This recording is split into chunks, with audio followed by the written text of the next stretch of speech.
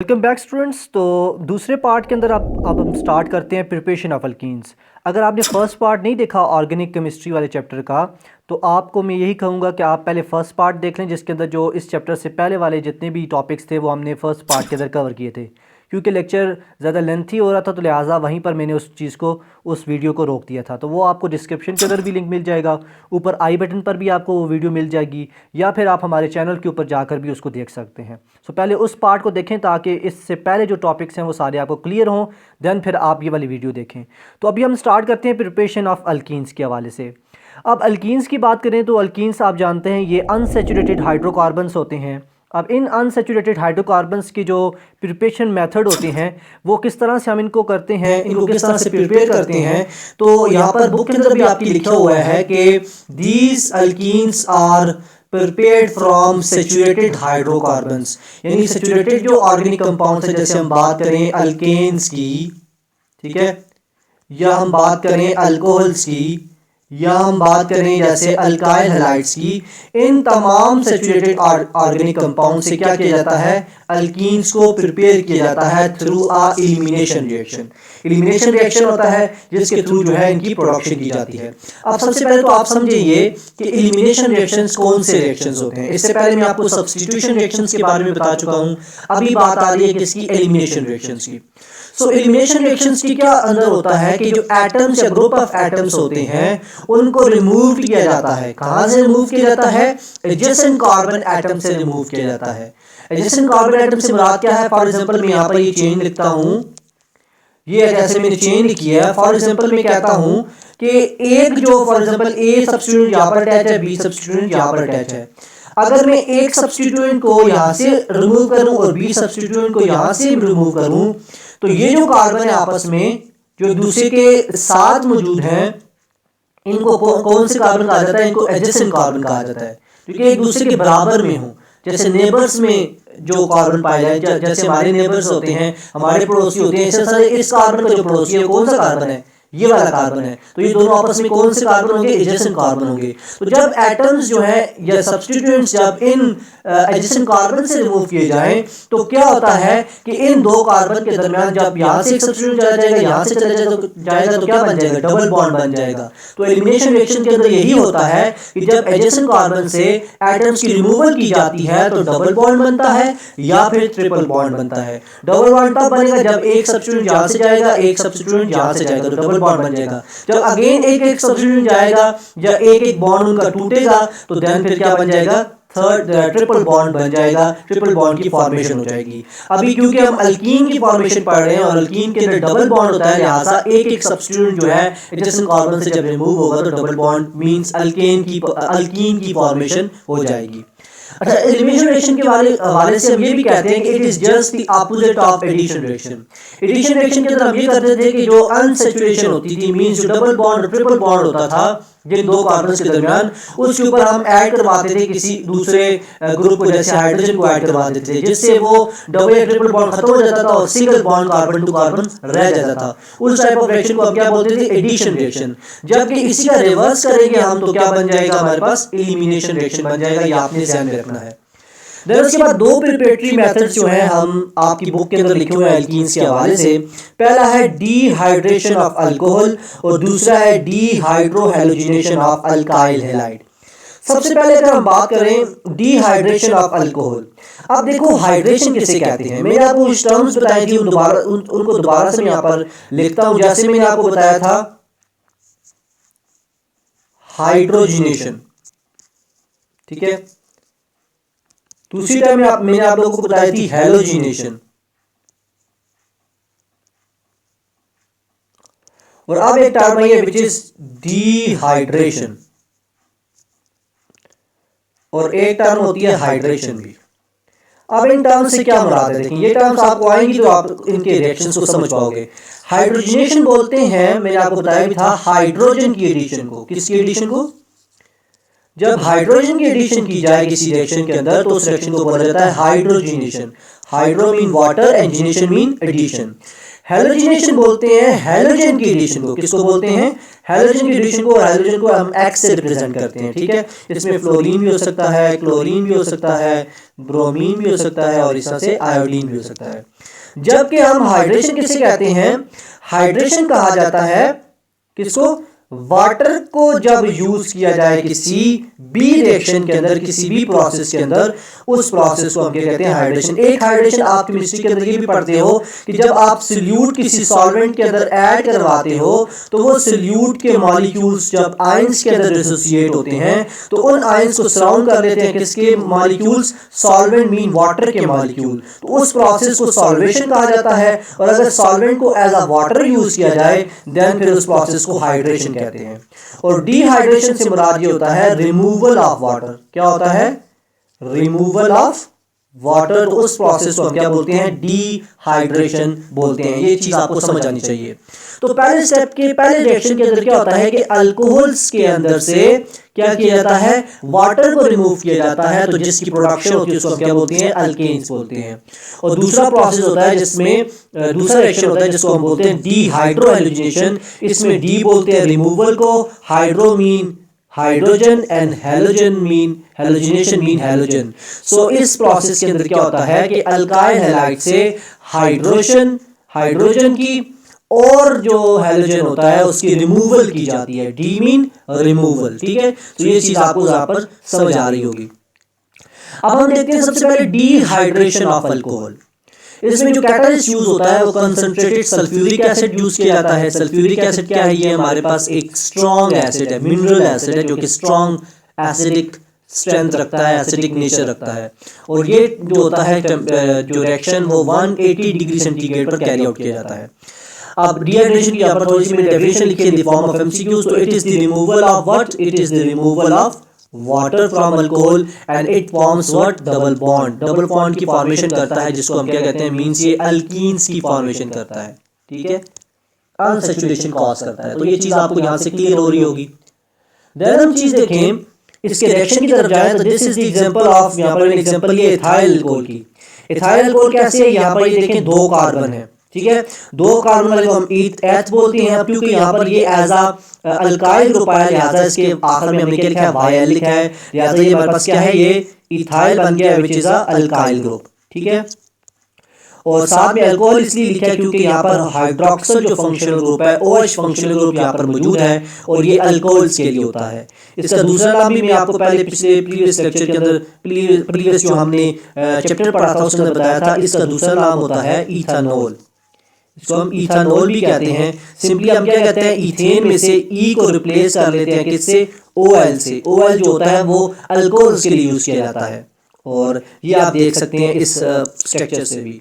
अब sulphuric acid की presence के अंदर जब इसको हम हीट करते हैं 180 डिग्री सेंटीग्रेड पर तो ये हाइड्रोक्सिल, एक कार्बन से हाइड्रोक्सिल ग्रुप OH ग्रुप और दूसरे कार्बन से हाइड्रोजन चला जाता है। अब आप ये देख सकते हैं कि दो एडजेसेंट कार्बन से दो ग्रुप्स यहाँ पर जा रहे हैं। तो जब ये जाएंगे तो इन दोनों कार्बन के दरमियान एक और बॉन्ड बन जाएगा और इस तरह से ये दो कार्बन के दरमियान डबल बॉन्ड बन जाता है जिसको हम क्या बोलते हैं कि यहाँ पर अल्कीन्स की फॉर्मेशन हो गया है और इस केस के अंदर इथीन्स की फॉर्मेशन हो जाती है क्योंकि हमने यहाँ पर दो कार्बन वाला अल्कोहल यूज किया था। लिहाजा दो कार्बन वाला क्या बन गया है? अल्कीन बन गया है और साथ में क्या बन जाता है? वाटर बन जाता है। तो इस स्टेप को, इस रिएक्शन को हम क्या नाम देते हैं? Dehydration of alcohol. नेक्स्ट दूसरा हम रिएक्शन देखें तो which is dehydrohalogenation of alkyl halide. तो इसके अंदर क्या होता है? इसके अंदर हाइड्रोजन की रिमूवल होती है और साथ में हेलोजन की रिमूवल होती है फ्रॉम अल्काइल हैलाइड और क्या बन जाता है? डबल बॉन्ड की फॉर्मेशन हो जाती है। मींस अल्कीन की भी यहाँ पर फॉर्मेशन होती है, ठीक है। अब इस रिएक्शन आप देख सकते हैं, दिस इज अगेन हमने लिया है इथाइल क्लोराइड। अब इथाइल क्लोराइड में इथाइल जो है ये अल्काइल ग्रुप है और क्लोराइड जो है इसके साथ हेलोजन अटैच है। तो this is the example of alkyl halide. अब इसको जब हम हॉट अल्कोहलिक KOH की प्रेजेंस के अंदर, यहाँ पर अल्कोहलिक KOH को हम यूज करते हैं, पोटेशियम हाइड्रोक्साइड को।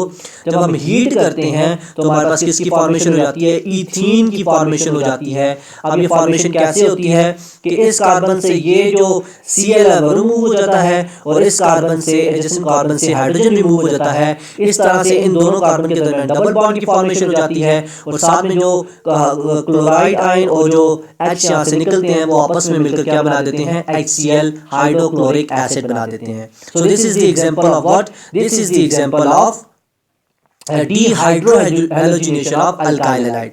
और ये जो अब एसिड होता है हमारे पास HCl, ये यहाँ पर जो हम कैटलिस्ट के तौर पर यहाँ पर अल्कोहलिक KOH यूज करते हैं उसके साथ रिएक्शन कर देता है, और क्या बना देता है, KCl बना देता है, विच इज पोटेशियम क्लोराइड, और साथ में वाटर बना देता है। तो ये चीज आपने अच्छे तरीके से ध्यान में रखनी है। और MCQs क्या है इसके अंदर कि डिहाइड्रोहैलोजिनेशन ऑफ अल्काइल हैलाइड के अंदर हम जो KOH यूज करते हैं वो अल्कोहलिक KOH होता है, एक्वस KOH हम यूज नहीं करते। ये बात आपने ध्यान में रखनी है। नेक्स्ट हम देखते हैं फिजिकल प्रॉपर्टीज ऑफ अल्कीन्स। अब फिजिकल प्रॉपर्टीज ऑफ अल्कीन्स के अंदर जो है वही बातें हैं अल्केन्स वाली के फर्स्ट 3 मेंबर्स जो होते हैं वो गैसेस होती हैं, अदर जो होते हैं वो लिक्विड्स होते हैं, और जो हायर अल्कीन्स होते हैं उनको हम सॉलिड्स देखते हैं, वो सॉलिड्स के तौर पर सॉलिड्स की स्टेट के अंदर प्रेजेंट होते हैं। अल्कीन्स की अगेन बात करें तो ये भी नॉन पोलर होते हैं, क्योंकि इनके अंदर कार्बन और हाइड्रोजन सिर्फ पाया जाता है, और जब भी कार्बन और हाइड्रोजन होता है तो उनके दरमियान जो इलेक्ट्रोनेगेटिविटी का डिफरेंस है वो बहुत कम होता है, जिसकी वजह से वो बॉन्ड जो होता है वो नॉन पोलर हो जाता है, और एज अ होल जो कंपाउंड होता है वो नॉन पोलर होता है। अब क्योंकि ये नॉन पोलर होता है तो लिहाजा ये इनसॉल्युबल होता है, किसके अंदर, वाटर के अंदर, या सॉल्युबल पोलर सॉल्वेंट्स के अंदर। जबकि ये सॉल्युबल होते हैं किसके अंदर, नॉन पोलर सॉल्वेंट्स के अंदर। और नॉन पोलर सॉल्वेंट्स की एग्जांपल में क्या क्या आते हैं मैं पहले भी बता चुका हूँ, बेंजीन आते हैं, ठीक है, इस तरह से ईथर आता है, इस तरह से CCl4 आता है, इसी तरह से एसीटोन आता है। ये सारे क्या है हमारे पास, ये सारे के सारे, यहाँ पर मैं स्पेलिंग सेट कर लेता हूँ, ये सारे हमारे पास क्या है, नॉन पोलर सॉल्वेंट्स हैं। और इन नॉन पोलर सॉल्वेंट्स के अंदर ये अल्कीन्स क्या होते हैं, सॉल्युबल होते हैं, लाइक डिसॉल्व लाइक वाली बात है। देन मेल्टिंग और बॉइलिंग पॉइंट की बात करें, डेंसिटी की बात करें तो वो ग्रेजुअली इंक्रीज करता है जैसे जैसे मॉलिक्यूलर मास इंक्रीज होता है। ये पहले भी मैं आपके साथ डिस्कस कर चुका हूँ। देन उसके बाद हम बात करते हैं रिएक्शन ऑफ अल्कीन्स के ऊपर, ये इंपॉर्टेंट टॉपिक है। अब रिएक्शंस ऑफ अल्कीन्स के अंदर बात करें तो alkenes number of reactions show करते हैं, क्योंकि ये अनसैचुरेटेड होते हैं, और अनसैचुरेटेड से मुराद है इनके अंदर डबल बॉन्ड प्रेजेंट होता है, जिसकी वजह से इनकी रिएक्टिविटी जो होती है वो अल्कीन्स के मुकाबले में बढ़ जाती है। इस वजह से हम ये कहते हैं कि जो कैरेक्टरिस्टिक्स रिएक्शन है, जो ये मोस्टली ज्यादातर रिएक्शन शो करते हैं अल्कीन्स, वो एडिशन रिएक्शन शो करते हैं, क्योंकि इनके अंदर डबल बॉन्ड होता है। तो लिहाजा क्या होता है, इनकी सैचुरेशन को खत्म करने के लिए इनके अंदर एडिशन होती है किसी सब्स्टिट्यूएंट की या किसी ग्रुप की, जिससे ये सैचुरेटेड हाइड्रोकार्बन्स की फॉर्मेशन कर देते हैं। अब इनके 4 तरह की रिएक्शंस यहाँ पर मैंने लिखे हैं। पहले में क्या होता है कि एडिशन ऑफ हैलोजन, हैलोजन्स को ऐड करवाया जाता है, जैसे hydrogen fluorine, chlorine, bromine, iodine को ऐड करवाया जाता है। दूसरी तरह की जो रिएक्शंस होते हैं उनमें अल्काइल हैलाइड को ऐड करवाया जाता है। तीसरी तरह की जो रिएक्शन होती है उनमें एडिशन ऑफ हाइड्रोजन करवाया जाता है, जिस प्रोसेस को हम हाइड्रोजनेशन बोलते हैं। और चौथा एक हम इनका रिएक्शन पढ़ेंगे which is oxidation with KMnO4। KMnO4 को यूज करते हुए क्या करवाई जाती है, इनकी ऑक्सीडेशन करवाई जाती है। ऑक्सीडेशन बोलते हैं एडिशन ऑफ ऑक्सीजन को, और रिडक्शन बोलते हैं एडिशन ऑफ हाइड्रोजन को या रिमूवल ऑफ ऑक्सीजन को। ये सारी चीज़ें जो हैं हम इलेक्ट्रोकेमिस्ट्री के अंदर जो है वो जाकर पढ़ेंगे। ऑक्सीडेशन और रिडक्शन के दरमियान में आपको 3 कंसेप्ट बताऊंगा।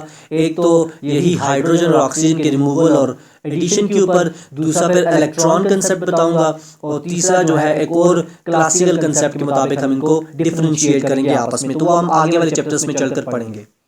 नेक्स्ट चीज अगर हम देखें, ये मैंने टेबल आपके लिए खूबसूरत सा बनाया है। इस टेबल के थ्रू आपको जितने भी इंपॉर्टेंट रिएक्शंस हैं अल्कीन के वो आसानी से याद हो जाएंगे। कोई भी आपको जो है वो मुश्किल पेश नहीं आएगी। ये जितना भी टेबल मैंने यहाँ पर बनाया है बिल्कुल आसान है। जितनी भी चीज़ें थी वही यहाँ पर मैंने उठाकर कॉलम्स की फॉर्म के अंदर, टेबल की फॉर्म के अंदर लिखा है। जो फर्स्ट कॉलम आपको यहाँ पर शो हो रहा है ये रिएक्शन नेम यहाँ पर मैंने लिखे हैं। दूसरे के अंदर रिएक्टेंट्स जो कि रिएक्शन के अंदर इन्वॉल्व हो रहे हैं, एक दूसरे के साथ रिएक्ट कर रहे हैं। तीसरे के अंदर उस रिएक्शन के अंदर कौन सी कंडीशन रिक्वायर्ड है, कौन सा कैटलिस्ट यूज किया जा रहा है और कितने टेम्परेचर पर वो रिएक्शन कैरी आउट होगा, वो इस कंडीशन वाले कॉलम के अंदर मैंने लिखा है। और फिर नेक्स्ट कॉलम के अंदर यहाँ पर मैंने प्रोडक्ट्स लिखे हैं जो उस रिएक्शन के रिजल्ट के अंदर चीजें बनेगी उनको, और लास्ट में कुछ इंपॉर्टेंट पॉइंट्स लिखे हैं। तो देखते हैं अब इनको वन बाय वन। सबसे पहला रिएक्शन होता है इनका एडिशन ऑफ हैलोजन, जिसमें हैलोजन की एडिशन करवाई जाती है। तो इसके अंदर रिएक्टेंट्स क्या होते हैं? फॉर एग्जांपल हम इथीन लेते हैं, क्योंकि हम अल्कीन्स के रिएक्शन पढ़ रहे हैं, तो अल्कीन्स के अंदर मैं एग्जांपल ले रहा हूं यहां पर किसकी? इथीन की। इथीन जो होता है वो 2 कार्बन वाला क्या होता है? 2 कार्बन वाला अल्कीन होता है, जिसमें डबल बॉन्ड प्रेजेंट होता है 2 कार्बन के दरमियान। जब इसकी हम ब्रोमीन के साथ रिएक्शन करवाते हैं और यूज करते हैं इन सॉल्वेंट CCl4 को एज अ मीडियम यूज करते हैं, देन हमारे पास क्या बनता है? 1,2-डायब्रोमोइथेन बनता है। अब 1,2-डायब्रोमोइथेन से क्या मुराद है? इसका स्ट्रक्चर आपको बनाना आना चाहिए, क्योंकि मैं आपको जो अल्केन वाला टॉपिक था उसके अंदर नेमिंग के अंदर डिटेल के अंदर बताया था मैंने आपको कि हम किस तरह से किसी भी कंपाउंड की नेमिंग करते हैं। तो एक क्वेश्चन तो इस तरह से बन सकता है कि आपको कंपाउंड स्ट्रक्चर गिवन हो और आपको बोला जाए उसका आईयूपीएक नेम लिखने को, और कुछ क्वेश्चन ऐसे भी होते हैं जिनमें आईयूपीएक नेम गिवन होता है और उनकी स्ट्रक्चर ड्रॉ करने का बोला जाता है। अब यहाँ पर ये जो प्रोडक्ट बन रहा है इसका स्ट्रक्चर मैं आपके लिए यहाँ पर बनाता हूँ, इससे आपको जो है वो चीज़ क्लियर हो जाएगी कि कैसे हम जो है किसी भी अगर आईयूपीएक हमें नाम गिवन हो तो हम कैसे उसका नाम उसका स्ट्रक्चर जो है वो ड्रॉ कर सकते हैं। यहाँ पर क्या चीज़ बनी है हमारे पास? 1,2-डायब्रोमोइथेन बना है, ठीक है ना। तो आप देखें, अब इस नाम के अंदर आपको पता है 1,2 जो है वो इन 2 ब्रोमो सब्स्टिट्यूएंट की क्या बता रहा है? पोजीशन बता रहा है। और यहाँ पर इथेन ये बता रहा है कि जो लॉन्गेस्ट चेन है, जो पैरेंट चेन है, उसके अंदर एथामीन 2 कार्बन मौजूद है और ये अल्केन है, क्योंकि आखिर में एन लिखा हुआ है। अब इसको कैसे ड्रॉ करेंगे? सबसे पहले आप इसकी क्या करें? पैरेंट चेन ड्रॉ करें। पैरेंट चेन के अंदर कितने कार्बन है? 2 कार्बन है, तो 2 कार्बन ऐसे बना देंगे और सिंगल बॉन्ड से बनाएंगे क्योंकि ये अल्केन है, ठीक हो गया। देन उसके बाद फर्स्ट कार्बन के ऊपर भी आप ब्रोमो ग्रुप लगा दें और सेकंड कार्बन के ऊपर भी ब्रोमो ग्रुप लगा दें इस तरह से। तो और ये जैसे आप लगा चुके हैं तो देन उसके बाद आप जो कार्बन की वैलेंसी है उसको कंप्लीट करें। कार्बन जो है वो 4 बॉन्ड बनाता है, यहाँ पर इसने 2 बॉन्ड बनाए, तो तीसरा बॉन्ड यहाँ पर हाइड्रोजन के साथ बनाएगा, चौथा यहाँ पर हाइड्रोजन के साथ बनाएगा। ये वाला कार्बन भी सिमिलरली यहाँ पर एक हाइड्रोजन के साथ बॉन्ड बनाएगा, यहाँ पर एक हाइड्रोजन के साथ बॉन्ड बनाएगा। अब ये जो स्ट्रक्चर आप देख रहे हैं, this is the structure of 1,2-डायब्रोमोइथेन। तो इस तरह से सिंपली आप किसी भी कंपाउंड का जो है वो स्ट्रक्चर ड्रॉ कर सकते हैं उसके आईयूपीएक नेम से। और सिमिलरली अगर आपको जो है ये नाम लगे गिवन हो, इस तरह से ये स्ट्रक्चर गिवन हो, देन इसका आप नाम भी लिख सकते हैं। वो इस तरह से लिख सकते हैं कि इसको फर्स्ट कार्बन कह दें, इसको सेकंड कार्बन कह दें, ठीक है। अब ये फर्स्ट कार्बन के ऊपर भी ब्रोमो ग्रुप अटैच है और सेकंड कार्बन पर भी, तो लिहाजा आप इसका नाम कैसे लिखोगे? 1 कॉमा डाल के 2, ये दोनों पोजीशन बताएगा, साथ में डैश डाली, डायब्रोमो, डाई इसलिए लिखा कि 2 ब्रोमो सब्स्टिट्यूएंट्स अटैच हैं, ठीक है। 2 डायब्रोमो लिख दिया। और अब कितने पैरेंट चेन के अंदर कार्बन है? 2 कार्बन है, तो लिहाजा क्योंकि ये सिंगल बॉन्ड के साथ अटैच है तो लिहाजा इसको हम क्या लिख देंगे? ईथेन लिख देंगे। तो इस तरह से आप इसका नाम भी लिख सकते हैं। देन हम नेक्स्ट चीज देखते हैं, दूसरे टाइप ऑफ रिएक्शंस के एडिशन ऑफ हैलोजन हैलाइड। जब हैलोजन हैलाइड की हम एडिशन करवाते हैं तो देन हमारे पास कौन से रिएक्टेंट्स होते हैं और क्या प्रोडक्ट बनते हैं वो देखें। इथीन को अगेन मैं यहाँ पर एग्जांपल के तौर पर ले रहा हूँ। इसको जब हम हाइड्रोजन ब्रोमाइड के साथ रिएक्शन करवाते हैं तो हमारे पास क्या बनता है? इथाइल ब्रोमाइड बन जाता है, ठीक है। और इसमें जो इंपॉर्टेंट पॉइंट आपने ध्यान में रखना है वो ये ध्यान में रखना है कि जो रिएक्टिविटी ऑर्डर है अल्कीन का विद द हैलोजन हैलाइड वो ये होता है। मींस जब भी हम हाइड्रोजन हैलाइड को यूज करते हैं अल्कीन के साथ रिएक्शन करवाने में तो वो सबसे फास्ट रिएक्ट करते हैं, फिर हाइड्रोजन ब्रोमाइड वाले करते हैं और फिर कौन से करते हैं? Hydrogen chloride. तो ये जो ऑर्डर है आपने रिएक्टिविटी के हवाले से वो ध्यान में रखना है। अब जितने भी टेबल के अंदर मैंने रिएक्शंस लिखे हैं इनको नेक्स्ट स्लाइड्स पर जाकर हम डिटेल के अंदर इनको देखेंगे कि किस तरह से क्या स्ट्रक्चर और किस तरह से रिएक्शन हो रहा है। अभी सिर्फ आपको ये याद रखने के लिए टेबल मैंने यहाँ पर ड्रॉ किया है, जिसमें मोटी मोटी जो चीजें हैं जैसे रिएक्टेंट्स कौन से हैं, कंडीशन कौन सी है, प्रोडक्ट कौन से बन रहे हैं, इंपॉर्टेंट पॉइंट क्या है उस रिएक्शन के हवाले से, वो सारी चीजें आपको एक कंसाइज पेज के ऊपर एक टेबल की फॉर्म के अंदर मिल जाएंगे, जहाँ से आप आसानी से उनको रिवाइज कर पाएंगे, याद कर पाएंगे। तीसरा रिएक्शन आता है जिसको हम बोलते हैं एडिशन ऑफ हाइड्रोजन, जिसको हम हाइड्रोजनेशन भी बोलते हैं। इसके अंदर हमने इथीन लिया है एग्जांपल के तौर पर, हाइड्रोजन इसके अंदर ऐड करवाई है इन द प्रेजेंस ऑफ निकल 250 to 300 डिग्री सेंटीग्रेड पर, और हमारे पास क्या बन गया है, ईथेन बन गया है। ये अनसैचुरेटेड हाइड्रोकार्बन था, इससे जैसे ही हमने हाइड्रोजन की एडिशन करवाई तो हमारे पास क्या बन गया, सैचुरेटेड हाइड्रोकार्बन मीन अल्केन बन गया, और साथ में हीट भी जो है वहां पर रिलीज हुई है। अब ये जो रिएक्शन है एडिशन ऑफ हाइड्रोजन या हैलोजिनेशन, ये इंडस्ट्रियली बहुत ज्यादा यूज किया जाता है for the conversion of vegetable oil into ghee. Industrially तौर पर जितने भी वेजिटेबल ऑयल से घी की फॉर्मेशन होती है, जो आप घरों के अंदर घी यूज करते हो, वो कैसे बनता है कि जो ऑयल होता है वेजिटेबल ऑयल जो कि प्लांट से लिया जाता है, उसकी जब हाइड्रोजनेशन की जाती है, जब उसके अंदर हाइड्रोजन की एडिशन करवाई जाती है, तो उससे क्या चीज बनाई जाती है, घी बनाया जाता है, और वही घी हम जो है घरों के अंदर डेली लाइफ के अंदर यूज करते हैं। तो ये इंडस्ट्रियली इसकी बहुत ज्यादा इंपॉर्टेंस है इस रिएक्शन की। लास्ट रिएक्शन जो है वो ऑक्सीडेशन विद KMnO4।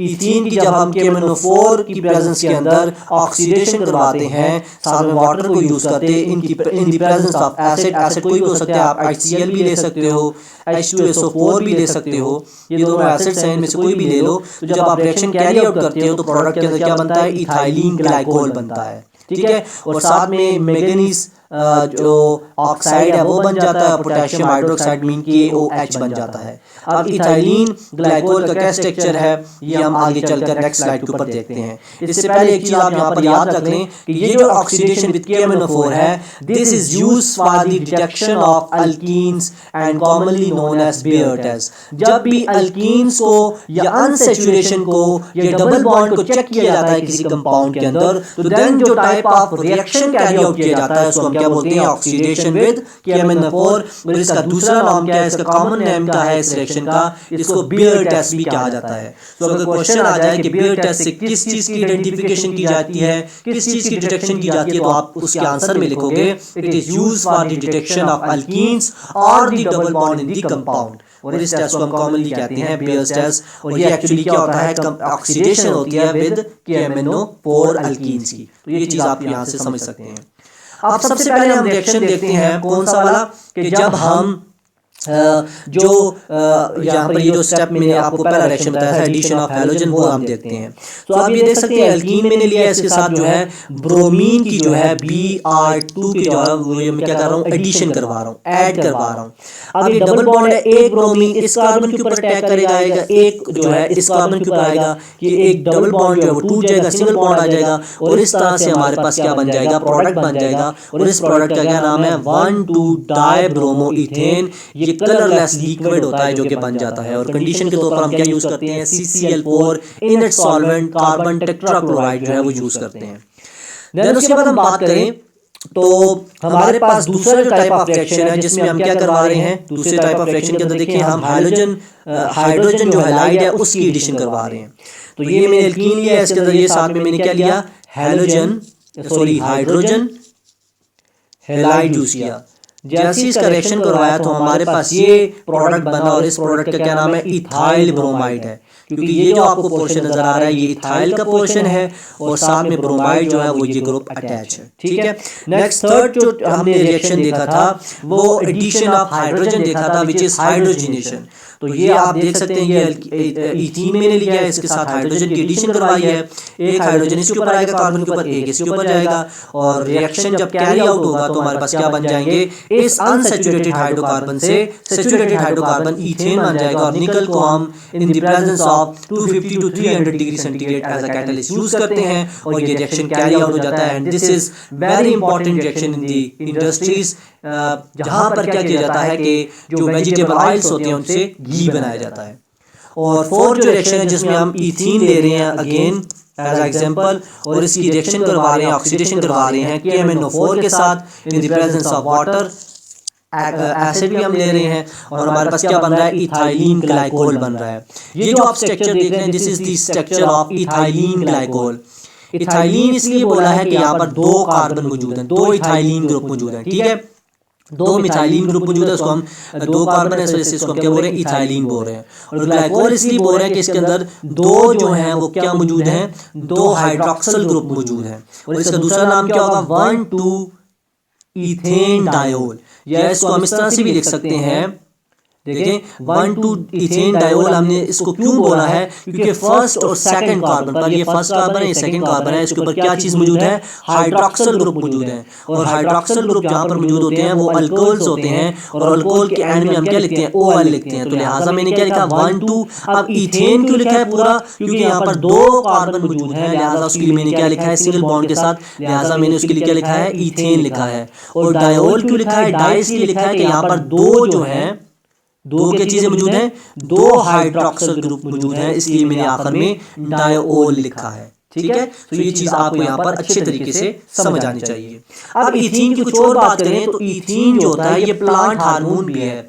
आप फर्स्ट ईयर या सेकंड ईयर के अंदर जाकर बायोलॉजी के अंदर पढ़ोगे कुछ हार्मोन्स के बारे में। ठीक है, उन हार्मोन्स में आप इथाइलिन या इथीन की भी बात करोगे। इथीन जो होता है ये एक प्लांट हार्मोन है जो कि क्या करता है, जो कि फूड की राइपनिंग जब होती है तो तब रिलीज होता है। मींस जो फ्रूट आपको राइपन पका हुआ नजर आता है वो due to this hormone ethene की वजह से होता है।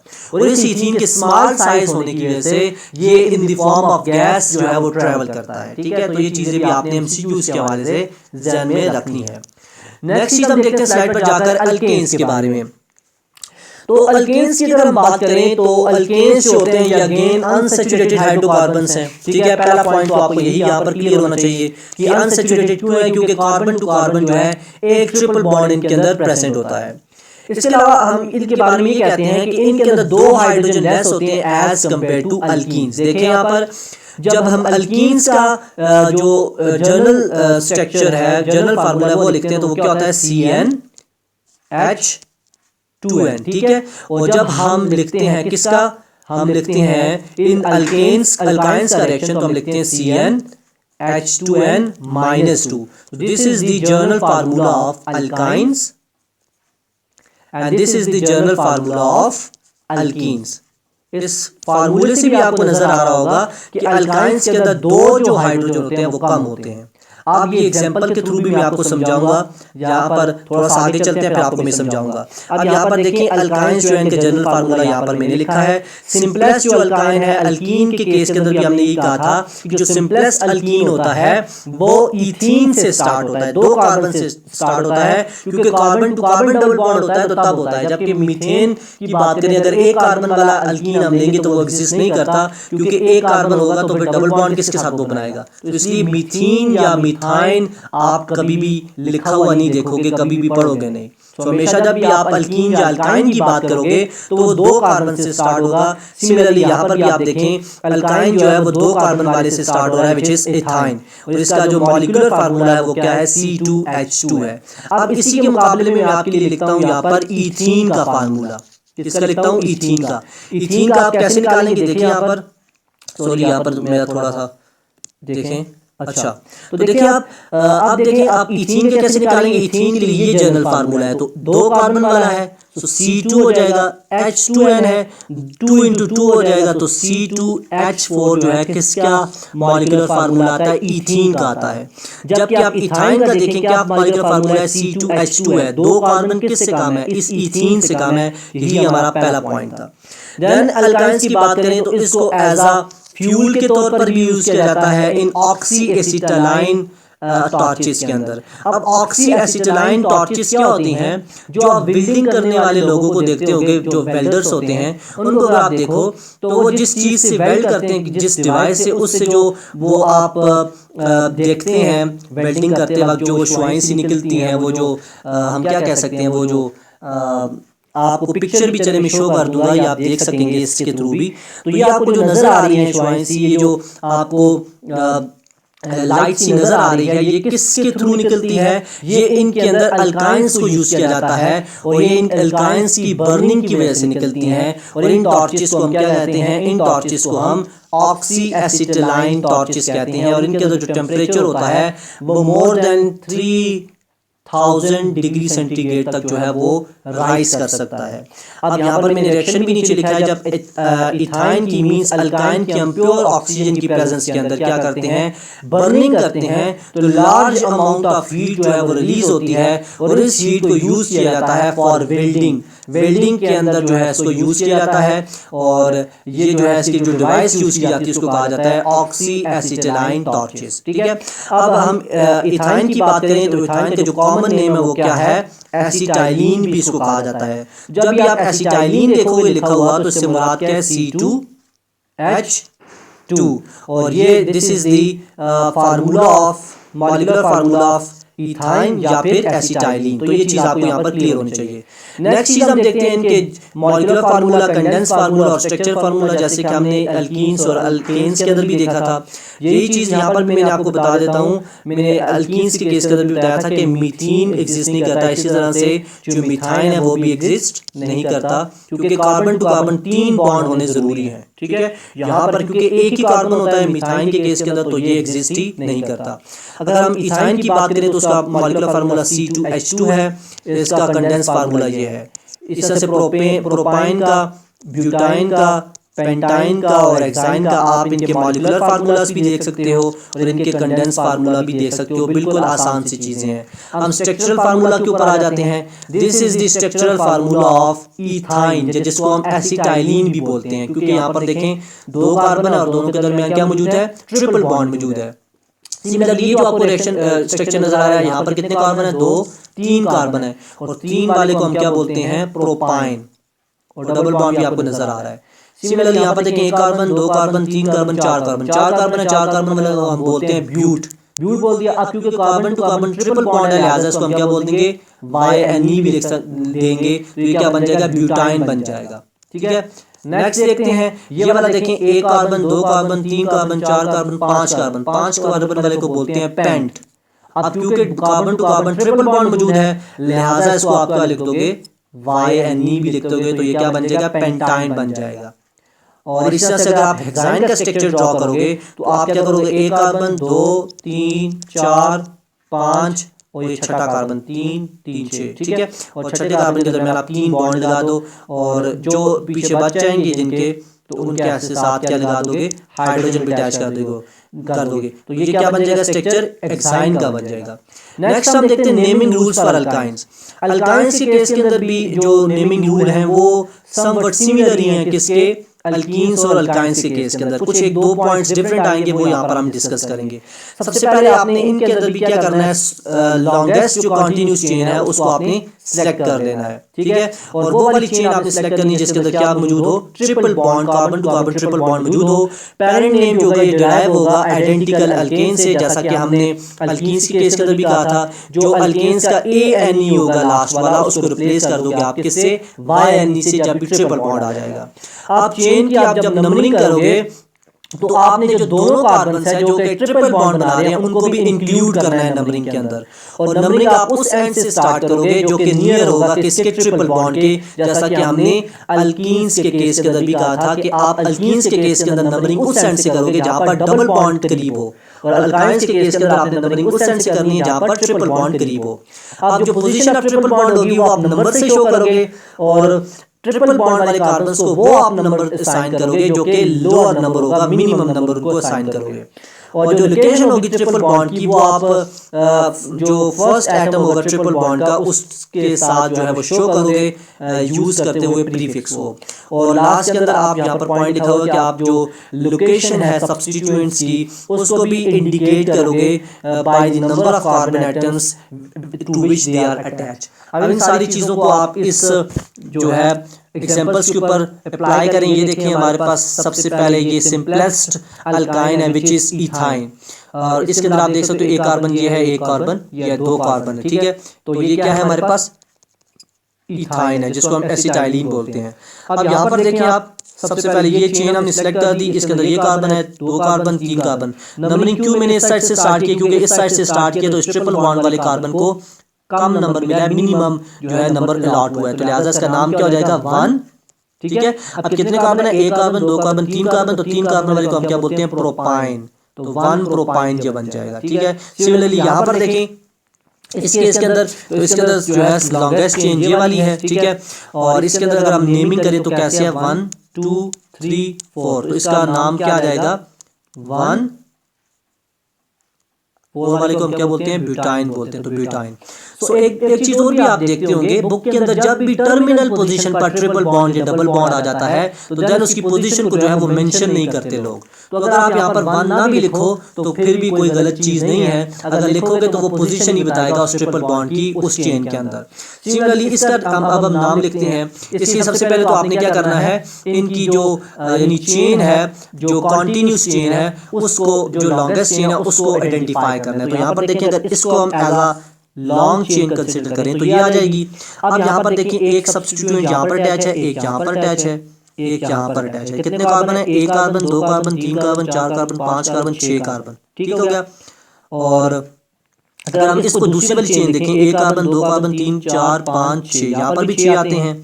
और इस केस के अंदर हाँ देखिए यहाँ पर इसको मैं अलग से लिखता हूँ, थोड़ा सा आपको क्लियर करता हूँ। देखिए मैंने आपको कहा था कॉन्टिन्यूस आपने वो चेन यूज कर दी जो कि लॉन्गेस्ट चेन होगी। अगर हम सीधी वाली चेन को कंसीडर करें तो इसके अंदर कितने कार्बन आ रहे हैं, 6 कार्बन आ रहे हैं। लेकिन अगर हम यही वाली यूज करें ऐसे, ये चेन यूज करें ऐसे, फिर कितने कार्बन आ रहे हैं, 1 कार्बन 2 3 4 5 6, फिर भी 6 कार्बन आ रहे हैं। लेकिन नंबर ऑफ जो सब्स्टिट्यूएंट्स हैं वो अगर आप देखें, एक सब्स्टिट्यूएंट ये है, एक ये है 2 और एक ये है 3, ठीक है। लेकिन अगर हम सीधी वाले को यूज करें फिर भी कितने सब्स्टिट्यूएंट आ रहे हैं, 3 ही सब्स्टिट्यूएंट आ रहे हैं। तो लिहाजा अब इस केस के अंदर आप ये टेढ़ी वाली लॉन्गेस्ट चेन लो या सीधी लॉन्गेस्ट चेन लो तो बात सेम ही हो जाती है, क्योंकि नंबर ऑफ सब्स्टिट्यूएंट जो है वो दोनों के केस के अंदर क्या है, सेम है। तो मैं लॉन्गेस्ट चेन जो है सीधी वाली को कंसीडर कर लेता हूँ। अब आपने नंबरिंग उस साइड से स्टार्ट करनी जिस साइड से ट्रिपल बॉन्ड जो है वो करीब पड़े।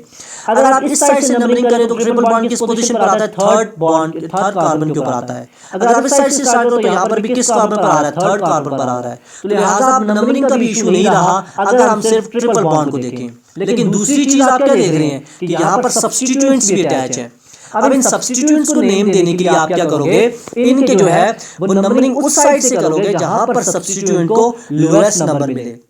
अगर आप इस साइड से करते हो तो यहाँ पर 2 सब्स्टिट्यूएंट अटैच है जिनको लोअर नंबर मिल रहा है। अगर आप इस साइड से करते हो तो सब्स्टिट्यूएंट को लोअर नंबर तो मिल रहा है, लेकिन जो सब्स्टिट्यूएंट यहाँ पर अटैच है वो सिर्फ एक ही अटैच है। लिहाजा हम इस साइड से नंबरिंग करेंगे, लेफ्ट साइड से नंबरिंग स्टार्ट करने लगेंगे, क्योंकि यहाँ पर 2 सब्स्टिट्यूएंट अटैच हैं और उन दोनों को लोअर नंबर मिल रहा है। अब इसका हम नाम कैसे लिखेंगे देखें। पहले सबसे पहले हम सब्स्टिट्यूएंट्स जो है उनकी पोजीशन को शो करेंगे। दो सब्स्टिट्यूएंट जो है वो सेकंड पोजीशन पर मौजूद है, सेकंड कार्बन पर, तो हम लिखेंगे 2 2, ठीक है। और एक सब्स्टिट्यूएंट जो मिथाइल है वो अटैच है किस कार्बन के ऊपर, 1 2 3 4 5 6, पांचवें कार्बन पर जो है वो मौजूद है। तो हम लिखेंगे 2 2 5 ट्राई मिथाइल, ये लिख दिया। अब हमने लिखना है इस पैरेंट चेन का नेम, और पैरेंट चेन के अंदर क्या आ रहा है, ट्रिपल बॉन्ड आ रहा है। तो ट्रिपल बॉन्ड की पोजीशन भी साथ में बतानी है। तो अगर हम कैसे लिखेंगे 2 2 5 ट्राई मिथाइल। अब ट्रिपल बॉन्ड किस कार्बन पर मौजूद है, थर्ड कार्बन वाला बना रहा है, तो लिहाजा हम लिखेंगे 3, फिर हम क्या लिख देंगे हेक्साइन। हेक्साइन क्यों लिखा है, क्योंकि ये 6 कार्बन वाला है। और ये 3 क्या बता रहा है कि इस हेक्साइन के अंदर थर्ड कार्बन ऐसा है जिसने ट्रिपल बॉन्ड बनाया हुआ है फोर्थ कार्बन के साथ, ठीक है। तो इस तरह से आप इसका नाम लिखोगे।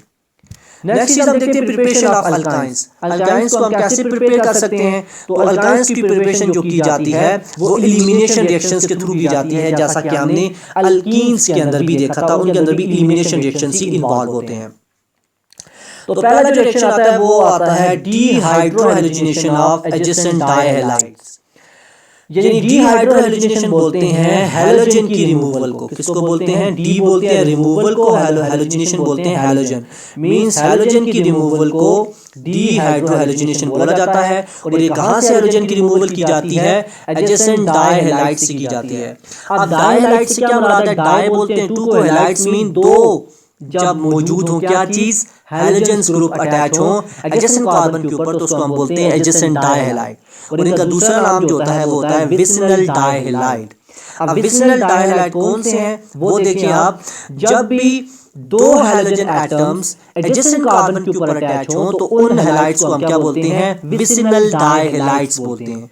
और जब यही दो जो हैलोजेंस हैं वो सेम कार्बन के ऊपर आ जाएं, देन उनको हम क्या बोलते हैं, जिमिनल डायहैलाइड्स बोलते हैं। क्या बोलते हैं, जिमिनल डायहैलाइड्स। डायहैलाइड्स इसलिए बोल रहे हैं कि 2 हैलोजन ग्रुप अटैच हैं। G-मिनरल इसलिए बोल रहे हैं कि वो सेम कार्बन के ऊपर अटैच हैं, और जब यही दो हैलाइड्स डिफरेंट या एडजेसेंट कार्बन के ऊपर अटैच होंगे देन उनको हम क्या बोलेंगे, विसिनल डायलाइड्स। उसकी एग्जांपल आप यहाँ से देख सकते हो। देखो ये कार्बन है, ये एडजेसेंट कार्बन है, इसके ऊपर ये एक हाइड्रोजन ग्रुप अटैच है, इसके ऊपर एक हाइड्रोजन ग्रुप अटैच है, लिहाजा ये जो हमारे पास कंपाउंड होगा इसको हम बोल सकते हैं विसिनल डाइहैलाइड। और इसका जो आईयूपीएक नेम है वो क्या बनता है, 1,2-डाइब्रोमोइथेन। इथेन इसलिए बोला है, दो कार्बन है जो कि आपस में सिंगली बॉन्डेड है, लिहाजा इसको हमने इथेन लिखा है। In the presence of alcoholic KOH के जब हम इनको हीट करते हैं तो हमारे पास क्या होता है, इस कार्बन से ये ब्रोमो ग्रुप हट जाता है, इस कार्बन से चल बात कर लेते हैं, इस कार्बन से ये ब्रोमो ग्रुप चला जाता है और इस कार्बन से क्या चला जाता है, हाइड्रोजन निकल जाता है। अब जब इन दोनों एडजेसेंट कार्बन से क्या निकल जाता है, ब्रोमो ग्रुप और हाइड्रोजन निकल जाता है, तो यहाँ पर डबल बॉन्ड बन जाता है और हमारे पास पहले स्टेप के अंदर ये चीज बन जाती है। और इस चीज का नाम क्या होता है, इसको हम बोलते हैं ब्रोमोइथीन। क्या बोलते हैं हम इसको, ब्रोमोइथीन बोलते हैं। This is ब्रोमोइथीन। ब्रोमोइथीन क्यों बोला है, क्योंकि ब्रोमाइड ग्रुप अटैच है यहाँ पर, और साथ में इथीन इसलिए बोला है कार्बन टू कार्बन, दो कार्बन और जिनके दरमियान डबल बॉन्ड मौजूद है, तो उसको हम ब्रोमोइथीन भी बोल सकते हैं। ठीक हो गया। और साथ में HBr बन जाता है जो कि यहाँ से निकला था, वो आपस में मिलकर क्या बना देते हैं, हाइड्रोजन ब्रोमाइड बना देते हैं। तो ये पहले स्टेप के अंदर ही होता है। दूसरे स्टेप के अंदर क्या होता है कि ये जो हमारे पास ब्रोमोइथीन बना है ये अगेन अल्कोहलिक क्यूएच की प्रेजेंस के अंदर रिएक्शन करता है जब इसको हम हीट करते हैं, और अगेन क्या होता है, इस कार्बन से ये ब्रोमो ग्रुप चला जाता है और इस कार्बन से ये हाइड्रोजन चला जाता है। जब दोनों यहाँ से निकल जाते हैं तो हमारे पास हाइड्रोजन ब्रोमाइड बन जाता है और कार्बन टू कार्बन एक और बॉन्ड बन जाता है। इस वजह से हमारे पास जो हमें कंपाउंड मिलता है, जो प्रोडक्ट मिलता है, उसको हम बोलते हैं इथाइन, जिसका दूसरा नाम क्या है, एसिटाइलिन भी है। तो ये आप देख सकते हैं। ये जो आपके पास एक हाइड्रोजन ब्रोमाइड इस दूसरे स्टेप के अंदर बना है और एक हाइड्रोजन ब्रोमाइड जो पहले स्टेप के अंदर बना था, ये दोनों हाइड्रोजन ब्रोमाइड जो होते हैं वो इस अल्कोहलिक क्यूएच के साथ मिल जाते हैं, और जैसे ही इसके साथ मिलते हैं तो ये KBr बना देते हैं, साथ में वाटर बन जाता है, और इस रिएक्शन को हम बोलते हैं न्यूट्रलाइजेशन रिएक्शन बोलते हैं। इसको हमने न्यूट्रलाइजेशन रिएक्शन क्यों बोला, हमने एसिड बेसिस एंड रिएक्शंस के साल्ट्स के अंदर जो है चैप्टर के अंदर पढ़ा था कि जब भी एक एसिड जो है वो बेस के साथ मिलता है तो न्यूट्रलाइजेशन रिएक्शन होता है और उसके रिजल्ट के अंदर क्या बन जाती है, साल्ट बन जाती है। और सेम यहाँ पर भी केस होता है। देन उसके बाद हम बात करते हैं दूसरी टाइप ऑफ रिएक्शन जिससे अल्काइंस की फॉर्मेशन की जाती है, उसको हम बोलते हैं डीहाइड्रोजनेशन ऑफ टेट्राहैलाइड। अब इसमें भी अगेन वही चीज होगी, हैलोजेंस को रिमूव किया जाएगा, लेकिन किस कंपाउंड से, टेट्राहैलाइड से। टेट्राहैलाइड से ये मुराद है कि 4 हैलोजेंस जो होंगे वो अटैच होंगे दो एडजेसेंट कार्बन के ऊपर, उसको हम क्या बोलते हैं, टेट्राहैलाइड बोलते हैं। यहाँ पर एग्जांपल में लिखी है 1,1,2,2 टेट्राब्रोमोइथेन। आप देख सकते हो फर्स्ट कार्बन ये है, सेकंड कार्बन ये है, इसके ऊपर एक ही अटैच है ब्रोमो ग्रुप, एक ही अटैच है, तो दोनों की पोजीशन बताने के लिए हमने क्या लिखा, 1,1। दूसरा कार्बन है उसके ऊपर एक ये ब्रोमो ग्रुप अटैच है, ये अटैच है, दोनों की पोजीशन बताने के लिए क्या लिखा, 2,2। टेट्रा इसलिए लिखा कि 4 यहाँ पर क्या मौजूद है, ब्रोमो ग्रुप मौजूद है, तो टेट्रा लिख दिया, ब्रोमो साथ में उसका नाम लिख दिया, और अब क्योंकि दो कार्बन मौजूद है सिंगली बॉन्डेड है, लिहाजा हमने क्या लिख दिया, आखिर में इथेन लिख दिया। अब जैसे ही जिंक डस्ट के साथ रिएक्शन करते हैं, जिंक के साथ रिएक्शन करते हैं इन द प्रेजेंस ऑफ हीट, तो क्या होता है कि दो यहाँ से ब्रोमो ग्रुप निकल जाते हैं, दो यहाँ से निकल जाते हैं, और इन दोनों के साथ, इन दोनों कार्बन के दरमियान क्या बन जाते हैं, 2 बॉन्ड्स और बन जाते हैं, लिहाजा हमारे पास क्या बन जाता है, इथाइन बन जाता है, जिसको हम एसिटाइलिन भी बोलते हैं। और साथ में 2 हमारे पास बन जाते हैं किसके मॉलिक्यूल, कंपाउंड किसके बन जाते हैं, जिंक ब्रोमाइड के बन जाते हैं। सो ये रिएक्शन आप इजीली आपसे समझ सकते हो। ठीक है।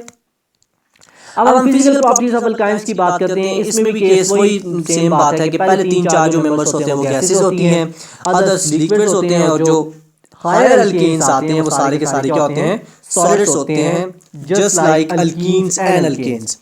अल्कीन्स एंड अल्केन्स की तरह ये भी नॉन पोलर होते हैं और इनसॉल्युबल होते हैं वाटर के अंदर, जबकि सॉल्युबल होते हैं non polar solvent like benzene, ether, इसी तरह से हमारे पास एसीटोन वगैरह के अंदर इनके मेल्टिंग बॉइलिंग पॉइंट भी लोअर होते हैं, लेकिन जैसे जैसे हम इनका कार्बन एटम इंक्रीज करते हैं, मींस हम हायर अल्कीन्स की तरफ जाते हैं, इनका मॉलिक्यूलर साइज बढ़ता है, तो मॉलिक्यूलर साइज बढ़ने की वजह से इनका मेल्टिंग बॉइलिंग पॉइंट भी ग्रेजुअली क्या होता रहता है, इंक्रीज होता रहता है। और जब इनकी हम कंप्लीट कंबस्शन करते हैं तो ये कार्बन डाइऑक्साइड की फॉर्मेशन करते हैं, साथ में वाटर बनाते हैं और साथ में हीट बनाते हैं, और ये हीट देन जो है वो डिफरेंट एक्टिविटीज के लिए देन यूज की जाती है।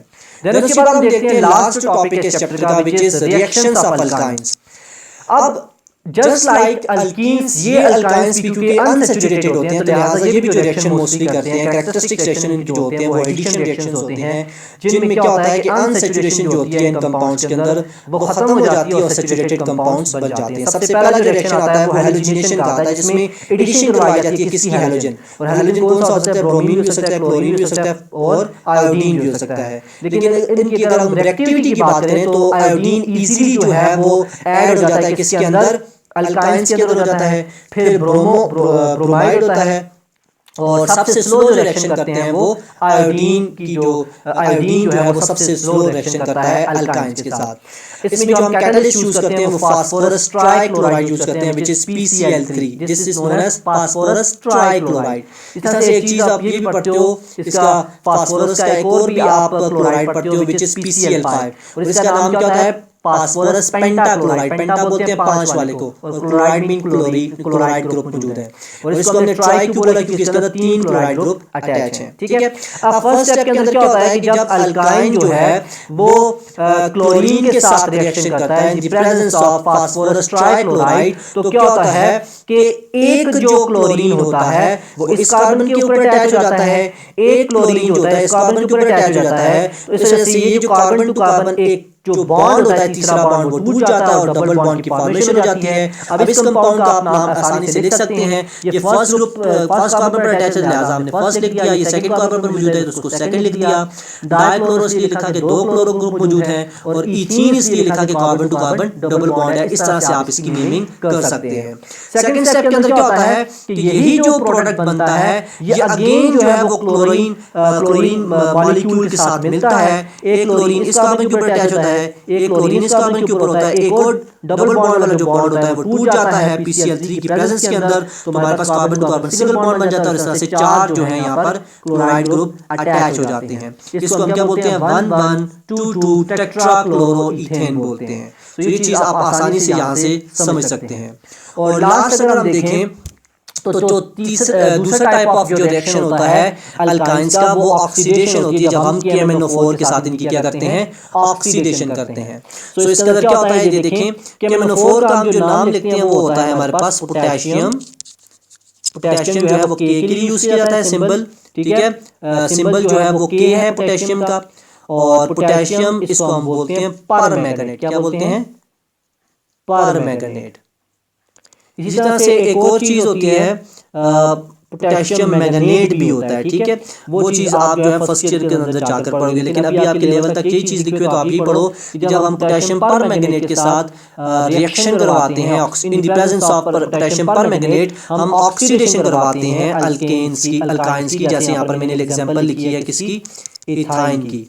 तो इथाइन की जब हम ऑक्सीडेशन करवाते हैं, ऑक्सीजन की एडिशन करवाते हैं इन the presence of potassium permanganate, तो हमारे पास क्या बनता है, कार्बोक्सिलिक एसिड बनता है। क्या बनता है, कार्बोक्सिलिक एसिड बनता है। और उसकी एग्जांपल में यहाँ पर मैंने क्या लिखा है, ऑक्सैलिक एसिड मिलता है जब आप इथाइन को यूज करते हो।